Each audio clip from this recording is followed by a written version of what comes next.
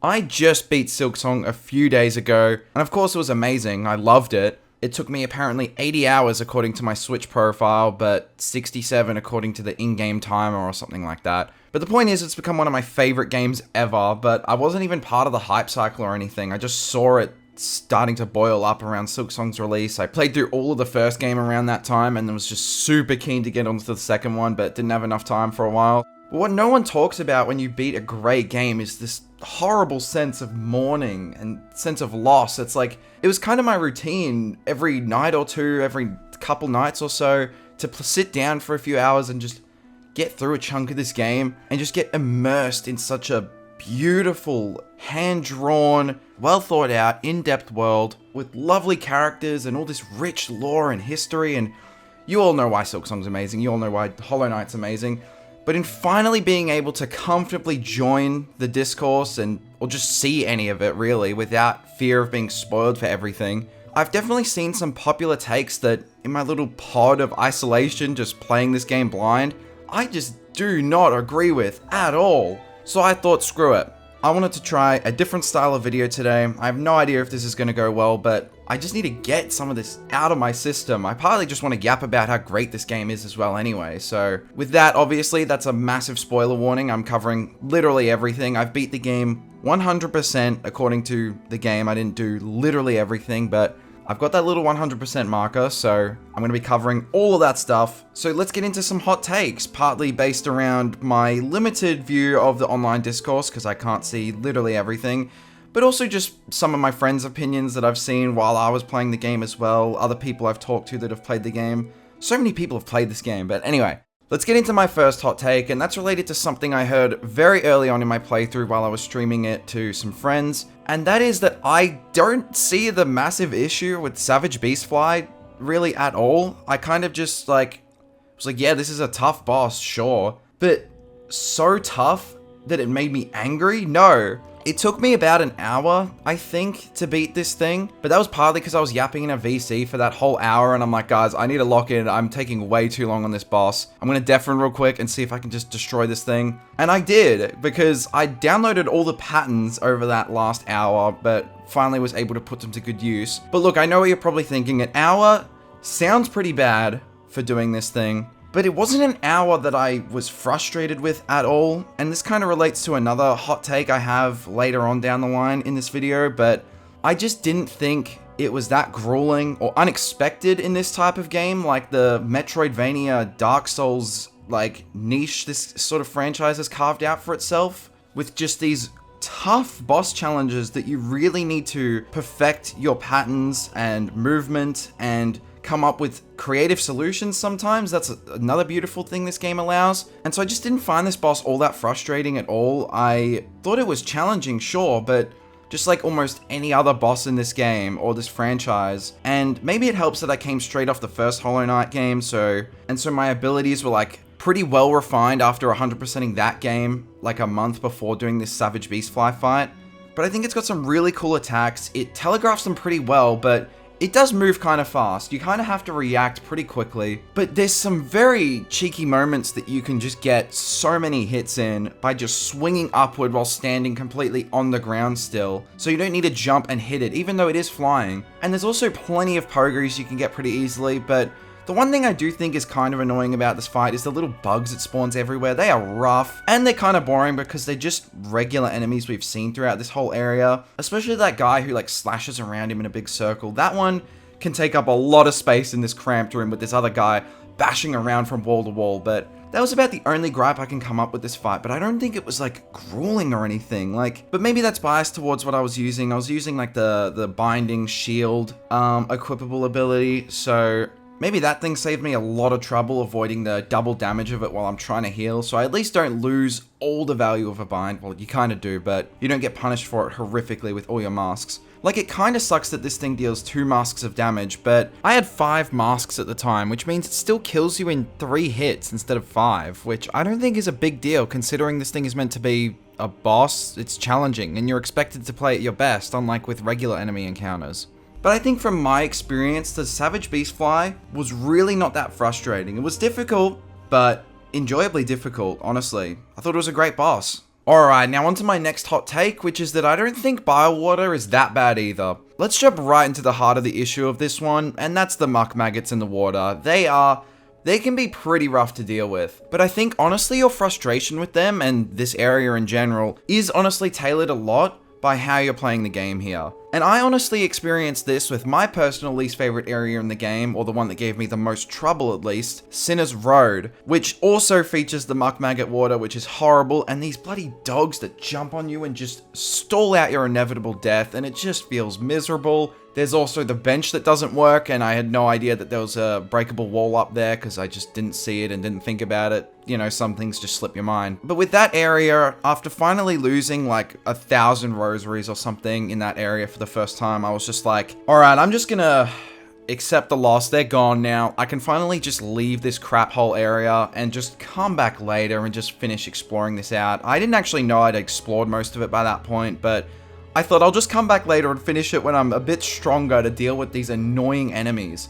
And that's exactly what I did. I finished the rest of it, and same with Bilewater. I thus only stumbled across Bilewater pretty far into Act 2, honestly. Like, really far into Act 2. I think I'd gotten the Act 2 ending already, but that's the crazy thing though. You have free will. You don't need to go to this area in an open world game. There is so much to do. There's all these different directions you can go in. There's a full other way to get into the Citadel that most players probably did instead of the Bilewater route. I didn't even know that existed. There's a much easier way just through the blasted steps and fighting the last judge, which is a tough boss again, but that's what the game is. But the point is, I came back to these areas of Sinner's Road, Bilewater, and Putrefied Ducks even much later on again.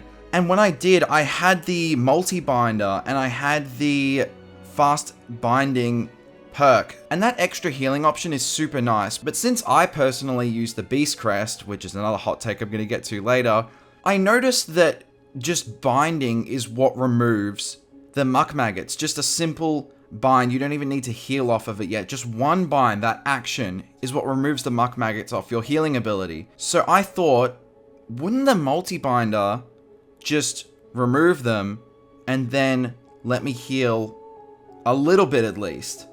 And I tried it, and that's exactly what happened. I stopped for a second, again, like I did the first time, to just say, I don't need to go to this stupid area. This is too annoying to deal with right now. I can go do something else. And so I did it again here. I'm like I've heard people complain that you need the item from Putrefied Ducks, which is way too late in the game to get to, for it to be useful in Bilewater and Sinner's Road, and that item fends off the muck maggots for you, so healing isn't an issue. But you already have a pretty solid option, which is the multi-binder, so I ended up just using that, and trying to avoid the water at all costs. But that doesn't take into account how annoying the enemies are, but something I also realized, and this might also be more tailored to my personal playstyle with the speedy anklet ability that lets you run even faster, but you can just run past all the enemies in this game. Like, I often got caught up just fighting them to try and make it a bit easier for the next time I run through, but benches respawn them anyway, so I thought, I'm just gonna run past them. I'm just gonna zipline over to them, jump over their heads, and just keep sprinting, and it made it so much easier. There are so many ways to make this easier. I poked around, because there's obviously that whole bench issue in this area. There's a fake one that like falls you down a hole, and there's one all the way at the bottom, which is really annoying to climb all the way back up to fight the boss of the area. But again, I did what this game really wants you to do. I poked around for a while and found another solution to that, and found a secret bench all the way back here, which made the run back a lot better. Granted, it is really trying to force you to get in the poo water, as I like to call it, but you can again work out another way to dodge it. Barely, and that one is honestly a bit of a stretch. That one is tough to do, and I fucked it up like half the time anyway. But my point is, there are ways to make it not that difficult, and in the process you get to enjoy the amazing world building of the area and all the creatures that live here, and how they had to adapt to these horrible conditions with the Citadel just sending all their waste through the area. It was an amazing area for environmental storytelling. I love the openness of it, and how there's like a secret cave up to the top right of it that shows just how beautiful it used to be, and how tranquil and clear the water used to be, and the music of the area. Why is it so beautiful? That's kind of what immersed me in the environment and this story, with all the creatures starting to absolutely detest the Citadel and what it's done to their home. So getting to Groll the Great, although he's a bastard of a fight. It felt fitting that he's so ruthless. That's kind of what the area is trying to do to you. They absolutely hate outsiders. They freaking killed one of the other shamans that tried to come down here and negotiate with them. So with everything I've said in mind so far, that brings me to Grotto the Great, the boss of Bilewater, and the most annoying thing about this fight is, again, the enemies that he spawns and the muck maggot water as usual, but we've already talked about how you can bypass that fairly easily, and in a fight like this, you shouldn't be falling in the water that much. There are quite a few platforms, but the enemies in here I also found a little bit exploitable once I watched them enough and dealt with them enough. I ended up just kind of sitting to the side platform against the wall the whole time and just waiting for them to fly above me, smacking them a few times, they jump back in. I get hit maybe once or twice for a mask of damage, which is fine, I can just heal it back eventually. That's the idea of a boss fight. And I found while doing it that way, took a bit longer and took some patience. I think that's what you need to bring to this boss fight and this entire area really, is just some patience, just to sit down and think things over for a second and get right back out there and tear up the damn place. And through that, I feel like it tells its own beautiful story, in a sense, of patience and determination and willpower overcoming this aggression and hatred of the area that's probably justified, let's be honest. And I think the only way to get through these kinds of things is with a clear mind. And that's kind of what Bilewater ended up teaching me in the end. And for that and everything else I've talked about, I quite enjoyed the area. It's not one of my favorites or anything, let's not get too crazy, but it was a solid area and I really appreciate its spot in the game. And with that, that brings us to hot take number 3, and it's one that I've alluded to a few times throughout this video, and that is that I think the Beast Crest is the best crest in the game by far. I loved this thing, but I can acknowledge that's probably because it suits my personal playstyle with these sorts of things really well. I love playing super aggressively, which was really bad in Bilewater, and so I appreciated the lesson in patience a little bit. But that's the beautiful thing about this game. You've got so many crests to choose from. I felt like it would be a waste if I just stuck to one the entire time. Just because I was really enjoying the Hunter's Crest at the start of the game, I'm like, screw it. Let's tough it out with the Beast Crest. Let's see how this goes. And I really struggled with this thing to start with. I could not see the value in it. I didn't understand. The lifesteal as the only way to heal felt horrible. I'm like, why is that the only way to gain health with this thing? But I realized that it also makes your range much better and makes you even faster. And I thought, oh, well, maybe that kind of applies to the Beast Crest a little bit anyway, even without binding, to get into the super aggro mode, whatever the hell it's called, the lifesteal mode, beast mode. I even had my friend do a quick Google because I really didn't want to get spoiled accidentally for anything. And yeah, we saw that the whole thing with this thing is that it hits so much faster. I'm like, that seems awesome. That would really suit my playstyle if I can figure out how the damn pogo works and how to get the most advantage out of the lifesteal. But what the lifesteal also encourages is you to get even more aggressive with it. Like, it's saying when you're low on health, just get more aggressive, just hit them even more. And it made me kind of fearless in this game, and I thought that rush and that thrill of that was insanely cool. It just had this really unique playstyle that I really enjoyed. And that's kind of the value of a lot of the crests. Like, I dismissed a few of them because by the late game I really couldn't be bothered learning new ones, especially if they didn't have the yellow ability slots, because I really wanted the compass at all times, but I also wanted the anklets. I'd gotten way too used to having those and just running at top speed, so if a crest didn't allow for those, I kind of neglected it near the end. I also just couldn't be bothered learning the architect one. That one seemed cool, but I don't know. Other ones were more mechanically interesting than the one that's just like, you can use tools like you've already been doing, but like more of them at once. I'm like, I'm already swapping these things in and out at every bench, depending on what my needs are for the area or the boss that I keep dying to. But that kind of mentality is what I was using the Beast Crest for a lot of the time, because I can acknowledge sometimes it's really bad. Like in Bilewater, it sucks. Like, you need to not only clean the muck maggots off. After you've done that, or if you didn't have any on in the first place, you need to be able to hit the damn enemies in this area, and that is a damn nightmare sometimes. As I said, I just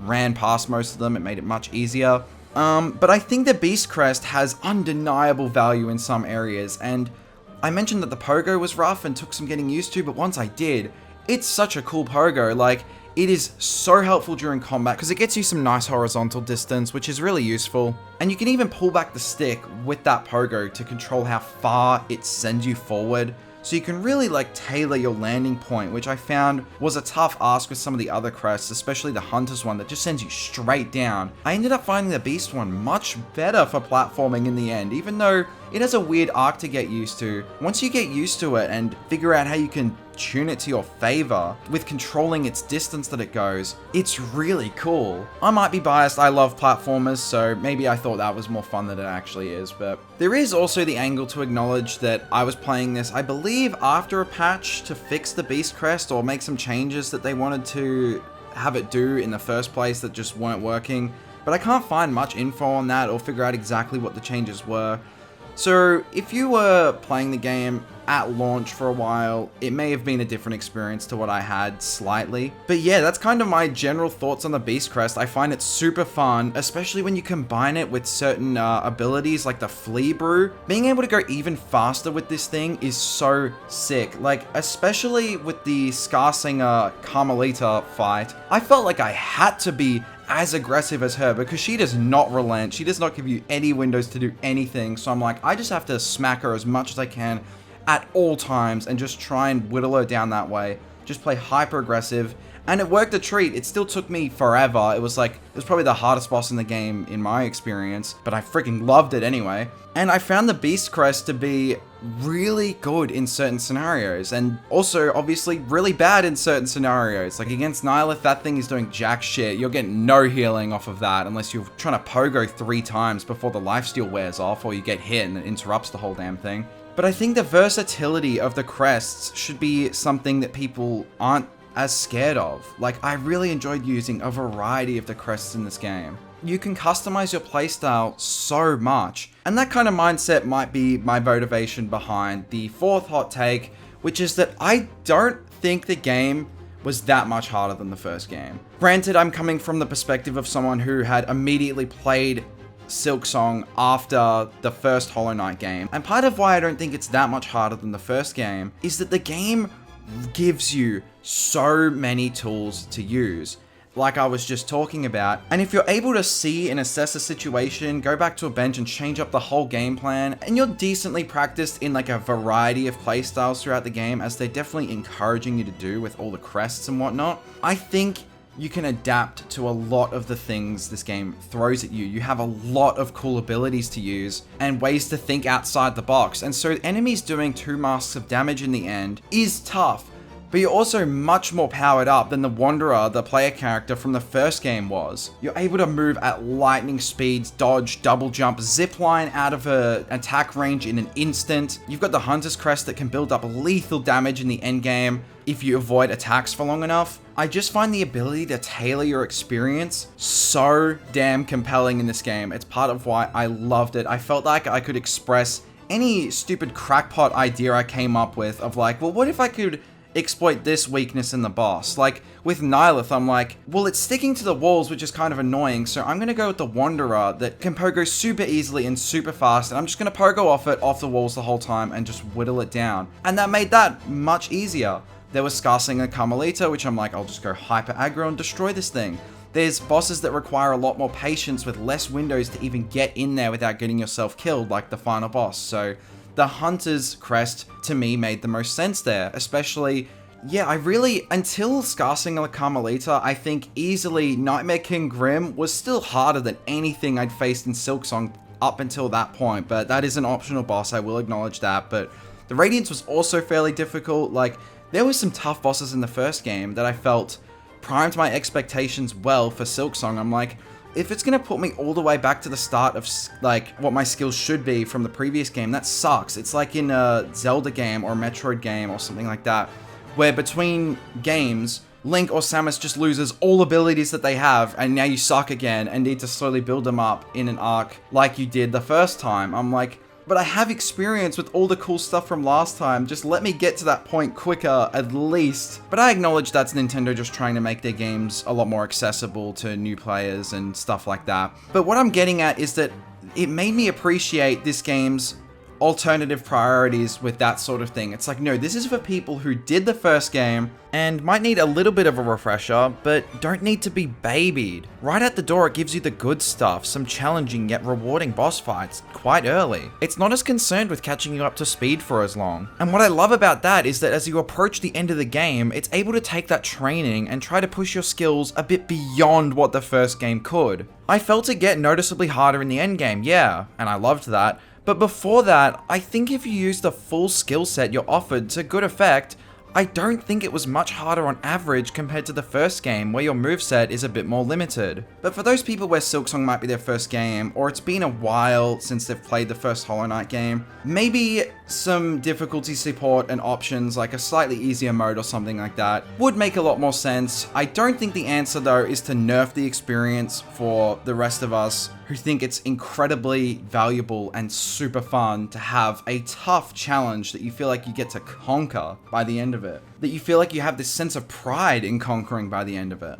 I found overall, stubbornness is heavily discouraged in this game. Fluidity is the drive, making your own path, your own tune in a way, your own song, is the beautiful idea and message behind this game, reflected both in the gameplay and in its wonderful story, which brings me to my last hot take, which was that Lace was a very fitting final boss thematically. I don't know how many people would even consider this a hot take, but this is just sort of a last minute one I wanted to talk about at the end, partly as just an excuse to gush about the story and themes and lore of this whole game. But I think after finishing the final boss of Act 3, for a second at least, I was like, oh, is that it? Okay. There's no final big monster or anything like that. But that's kind of what the original ending of Act 2 is supposed to kind of give you. And it is kind of unsatisfying in that route as well, because it's just Hornet takes on the mantle of the Grandmother Silk and is now trapped to that same instinctual fate that the Weaver side of her has been primed and told that that's what she's supposed to do. Like this nagging feeling at her. She says at one point that she's siding more and more with the part of her that doesn't value and yearn for this sense of power. And so her taking on the mantle of the Grandmother Silk kind of doesn't feel right either. So with this Lace ending, I did just have this nagging feeling that I'm like, oh, like I'm missing something a little bit here. And that's partly because this game's lore is insanely cryptic and tough to figure out unless you like go back and deep dive, and I even had the advantage of being able to record all my footage and look back at it and piece more together that way. But even then, when struggling with the lore and putting all the smallest of details together, I was able to tell that Lace was important to this narrative. I just didn't quite get this full scope of it at that time. And after diving into some lore videos, shout out to Mossbags, that channel is awesome for trying to wrap my head around the awesome world building this game has that it's just kind of hard to piece together sometimes. But after having looked through all that stuff and figuring out the character of Lace, there's the part of it I already realized, which was that she is a creation of the Grandmother Silk, but what she embodies is this sense of vengeance and anger and letting the words and expectations of others really overcome your own well-being. And so I thought the ending with Lace, where Hornet is prioritizing saving someone else instead of taking up the mantle of the Grandmother Silk, as she's been doing throughout the whole game and the previous game as well with helping the Wanderer, that also pays off wonderfully. It all accumulates with this overarching theme of making your own path. As we see in the Red Memory sequence, where Hornet's had the words of the Weavers lurking over her, evidently since she was really young, and she then has to struggle to remember her mother, Hera's words to her, to make her own path. And so her decision to save Lace in the end, and really fight at all costs for that, is truly defying letting the words of others overtake you and control you. Since the whole story of Farloom has had this feud between the Grandmother Silk and the Weavers lurking over it, with everything under it just cracking and collapsing under the pressure, Hornet and Lace have become the hoped successors to each fight to continue the war between these two sides. And so this ending is so fitting because it's putting that to rest. It's choosing not to continue on with this feud that would inevitably plunge both them and Farloom into despair and ruin. As if that hasn't happened enough already. Because Lace is someone who let that consume her as she decimated her mother and sacrificed her own life purely in an act of hate and spite, that in and of itself is also an act of rebellion against the expectations of others. But what I think the theme of this game supports is that I don't think she should have had to rot in the void and this silk cocoon forever with the grandmother silk just protecting her that way. That sucks, that's awful. Lace was brought into this world to try and be the successor that the Weavers failed to be. And so now, in defying that, what, she just has to rot forever? That sucks. Hornet is able to lead with an example of putting it behind her and saving Lace anyway in this climactic fight and freeing Lace from a fate that she barely got to choose and only chose to go out in this manner as a desperate act of rebellion. So that's kind of what I got out of the ending in the end, because while part of me was like, oh, that was not what I was expecting, there wasn't like some big monster to fight, another part of me was also pretty content with it and had this sense of like calm and joy at the ending. And I couldn't quite articulate into words why until I looked further into things with Lace. And so that kind of sucks that it took a bit to quite work out how to put that into words, but I really appreciate that different kind of ending that isn't just like this big climactic fight against this crazy monster and you win and you save the day and everything and it's awesome. It's not even a tragic ending or anything either, which is the other option that it could go with. It's this beautiful, more personal character moment between these two, finally being able to live in peace and move on from all of this and live their own damn lives the way they want to.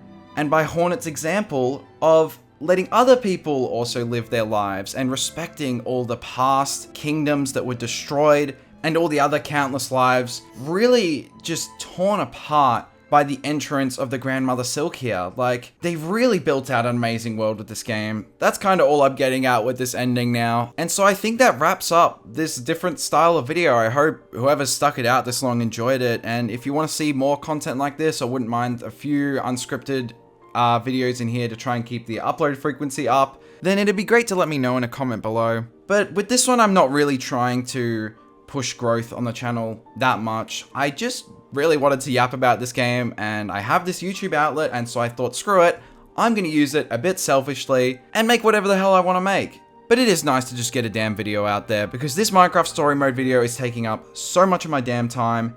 What the fuck have I gotten myself into?